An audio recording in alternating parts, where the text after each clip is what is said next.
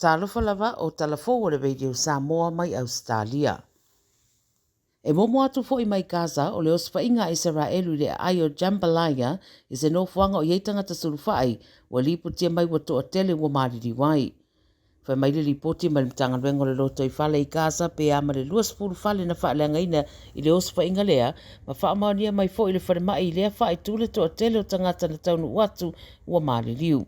Ulo liputia le 9 News le whaamtalanga mai so upo le vanga o puipuinga Israelu e whapea sa taula I alato waswhainga I stasi o taitai au sinia a le Hamas o ata uanginga I le interneti wa iloa ai le tele o vaenga o whaalanga ino le ala tele e meise o fale ma oso whainga Israelu ma wata ua fo I o le to tele o ilato ua maririu e mafua mai I pomu o lo tu I pomu ai e Israelu to tonu o Gaza.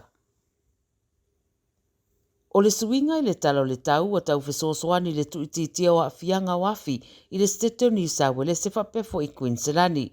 le tele o maulapta inga sa whamatu watu le pōna pō mō vaenga ese o le stete o whaelo mai le so o toi fitu na iai I lapta inga ina ua iei se suinga I le tau. Peita iolo o malosi pele sa sao le afi le whaitua Jennings e late le tua oima Queensland ma olo iai a afianga I fale ma mea tōtino I le whaitu.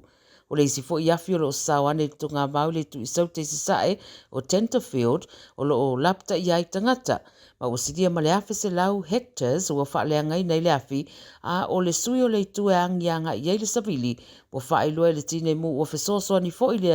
le sui o le tu e malosianga I ai le tele o afi ma whaetitia I afianga. Lo wa iei no fuanga o evacuation centers o whaatulanga mo nei tangata wa iei afianga I o lato mauta malawa mai afi. E lata I le afi le au whenga renga le tine muolo o ngāri rue le stete New South Wales le tape ina o afi a o lo o ngāri rue fo isi Queensland le fo I o lo o a afia o na vaenga I tūlanga whapea I le amata o le tau bevela. O lipitele so I le 9 News e to o whani fo mai I lo su eina I lo lātou sao I le maliu o se ri Tala Fou I se tasi o whale mai I sini. O le su enga sa whaia wailoa I na maliu Adam Fitzpatrick o na o ni mea se sa whaia na afu ai se whaale tonu I le tube sa wha mana vai mai ui na awhia ai si ali e lua sa fultau sanga le matua. O le whaamtalanga alon tina o lo ta ua le ripoti e whapea e tali tonu ngatale tūlanga na tula I mai si ana tama. Whai mai le coroner sa whea ngai mara su ngai pe o na riei le ripoti le 9 News o Derek Lee e na te whautua ina le tu ina ato fo mai e to wha e whai e se su ngai le New South Wales Medical Council I ni alato wa mionga o le o ngatasi ma tūlanga whapolo fesa te tauna whaatinoa I le ngā luenga.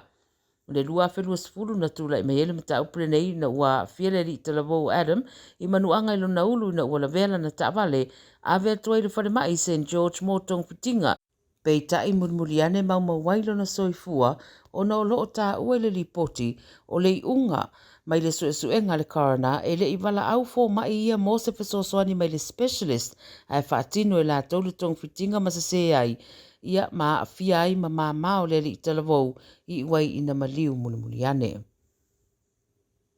E leo le taimi mo mole nei wali puti ai le mau o le au whaingaruenga tu fameli po o kiliwa meli foi o so ona tau ai solo a fifi ma meli a tangata. Wali putia foi le nei vai aso le mau le lei foi nisi o ata le CCTV o nisi o ilato wiolo o whaatino foi tūlanga whaapea I meli I Brisbane. Moli mausa tasi maafine na ia vaia ma le whaanoa noa tele lana oka sa whaia ma whaatau online o loo whetongia I solo I le van lea kili vai meri ma wātiri whaamaonia lea ina ua tatala atu lea fifi wa matua wha lea ngaina lava le oloa sa oka. O moli mau fo ia nisi wa ta wai o le tūlanga lava fo ilea wa maita wina ia lato meri e le ngata ina wha lea ngaina a o le fiu e tatali. O loo tu ina mai se lapta inga ma se fautuanga di ripoti le itangata wa sira fia ia tūlanga ia whaafeso taipisi nisi sa whaia ia lato whaatau ma wha ailua iai tūlanga o tūra I mai ma talo sanga moni refunds ai mo o loa taungata I le lei fo I pe asila sila I le tutongi o le insiua mo ia o loa ai le ilafo I nane le meli. E leo ta ua le ripoti se whaamtalanga mai le company o loo whea ngai ma le au unanga le nei e tusa mai a mionga. Ua whase ese Ausetalia mai tau o fonga mo le sairia o se atunu e tari mālo I le FIFA World Cup mo le lua whetolus wha. Ta ua e ui le tūlanga mawalunga o le taringa māloa Ausetalia sa ngā lue whatasei ma New Zealand le ipo lalulangi taluai a tamaita i le soka,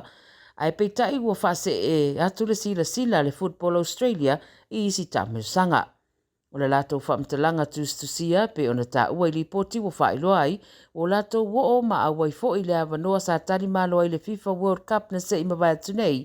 ma ua whaia fo i le lātou ilo ilonga, ma sila i vaenga uma, ia ma whaia i le whai unga, e winga le tāmeusanga leo le lua awhetol surfaa. E fōringa o le wha moe o lo o taula i eile sila le Football Australia o le AFC Women's Asian Cup o le lua awhelua sfuruono, a toai ma le FIFA World Cup o le lua awhelua sfuruiva. O le whamtu ese lao Ausetalia fōringa mai o Saudi Arabia leo le aono tali malo i le tāmelusanga lea i le lua awhetol sfurumare